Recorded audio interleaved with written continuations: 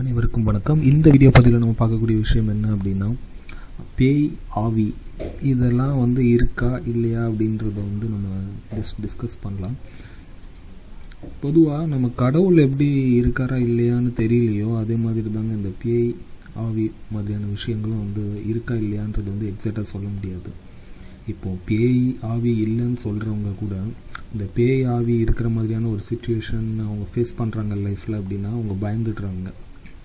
ஆனால் அறிவியல் பூர்வமாக பார்த்திங்கன்னா ஒரு விஷயத்தை எல்லாருக்கும் புரிகிற மாதிரி, எல்லோரும் உணர்கிற மாதிரி ஒரு விஷயத்தை எடுத்துக்கிட்டால் மட்டும்தான் அது அறிவியல் பூர்வமாக அது உண்மைன்னு ஏற்றுப்பாங்க.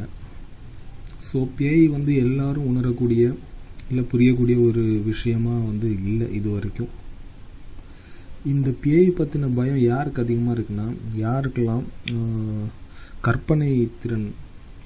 கற்பனை எண்ணங்கள் அதிகமாக மனசில் ஓட விடுறாங்களோ அவங்களுக்கு பேய் பற்றின பயம் இருக்குது. அப்புறம் இந்த தனியாக இருக்கிறவங்களுக்கு பேய் பற்றின பயம் இருக்குது. மன வலிமை கொஞ்சம் குறைவாக இருக்கிறவங்களுக்கு பேய் பற்றின பயம் அதிகமாக இருக்குது. ஆவியை அறிவியல் பூர்வமாக நிரூபிக்க முடியாட்டினா கூட அது இல்லவே இல்லை அப்படின்றது நம்மளால் சொல்லவே முடியல. சரி, என்னென்ன விஷயங்கள்லாம் நடந்தால் அது ஆவி அல்லது பேய் இருக்கக்கூடிய ஒரு விஷயமாக நம்ம எடுத்துக்கலாம் அப்படின்றத பார்க்கலாம். ஃபஸ்ட்டு விஷயம் என்னென்னு பார்த்தீங்கன்னா, இதில் நீங்கள் இருக்கக்கூடிய அந்த ரூமை சில்னஸ் ஆக்கிடும். அதாவது ரொம்ப குளிரான ஒரு ஃபீலிங் உங்களுக்கு கொடுக்கும். அது நடந்தது அப்படின்னா, சடனாக அந்த மாதிரி நடந்தது அப்படின்னா அது ஆவியோட வேலையாக இருக்கலாம். இப்போவுமே ஒரு ஸ்டடி என்ன சொல்லுது அப்படின்னா, யார் குளிர்ச்சியான ரூமில் தூங்குறாங்களோ அவங்களுக்கு கெட்ட கனவுகள் அதிகமாக வருது. அதாவது யார் ஏசி போட்டுட்டு தூங்குறீங்களோ அவங்களுக்கு தான் அதிகமான கெட்ட கனவுகள் வருது அப்படின்றது ஒரு ஆராய்ச்சியில் சொல்கிறாங்க. இது மொதல் விஷயம். ரெண்டாவது விஷயம் என்னன்னு பார்த்தீங்கன்னா, சிலருக்கு யாரோ கூட இருக்கிற மாதிரியான ஒரு ஃபீல் இருந்துகிட்டே இருக்கும். ஆனால் யாரும் இருக்க மாட்டாங்க, ஆனால் யாரோ கூட இருக்கிற மாதிரியான ஒரு ஃபீல் இருந்துகிட்டு இருக்கும். இது ஒரு ஆவியோட வேலையாக இருக்கலாம் அப்படின்னு சொல்கிறாங்க. மூணாவது, இது என் ஃப்ரெண்டுக்கு நடந்த ஒரு சம்பவம்.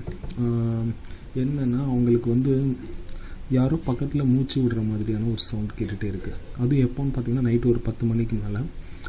இவ்வளோத்துக்கும் என் ஃப்ரெண்டு பார்த்திங்கன்னா ரொம்ப ஒரு போல்டான ஒரு பொண்ணு, படித்தவங்க, இந்த மாதிரி கடவுள் பேய் நம்பிக்கையெல்லாம் இல்லாத ஒரு பொண்ணு.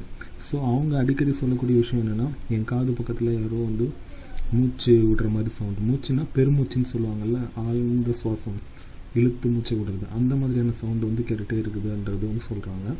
அவங்க எந்த ரூமில் போகிறாங்களோ அந்த ரூமில் தான் கேட்குது அப்படின்றாங்க. இப்போ ஹாலில் இருந்தாங்கன்னா ஹாலில் கேட்குது, கிச்சன் போனால் கிச்சனில் கேட்குது அப்படின்னு சொல்கிறாங்க. இதுக்கான அறிவியல் விளக்கம் எனக்கு இன்னும் கிடைக்கல, ஏன் அந்த மாதிரி அவங்களுக்கு கேட்குது அப்படின்றது. ஏன்னா அவங்க ஒரு படித்த பொண்ணுன்றதால பொய் சொல்ல மாட்டாங்க, தெளிவாக இருக்காங்க, தெளிவான பொண்ணு தான், எனக்கும் தெரியும் அவங்கள. ஸோ இது இருந்ததுன்னா, இந்த மாதிரி ஒரு விஷயம் இருந்ததுன்னா அது ஆவியோட வேலையாக இருக்கலாம்.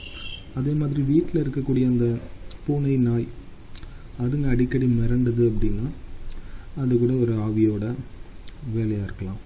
அது மாதிரி திடீர்னு ஏதாவது ஒரு சவுண்டு கேட்குறது, திடீர்னு இதை மாதிரி ஒரு ஸ்மெல் வர்றது, இதெல்லாம் கூட ஆவியோட வேலையாக இருக்கலாம் அப்படின்னு சொல்கிறாங்க. முன்னாடி இன்னொரு விஷயம் சொல்லுவாங்க, அதாவது அமுக்குவான் பிசாசுன்னு கேள்விப்பட்டிருப்பீங்க.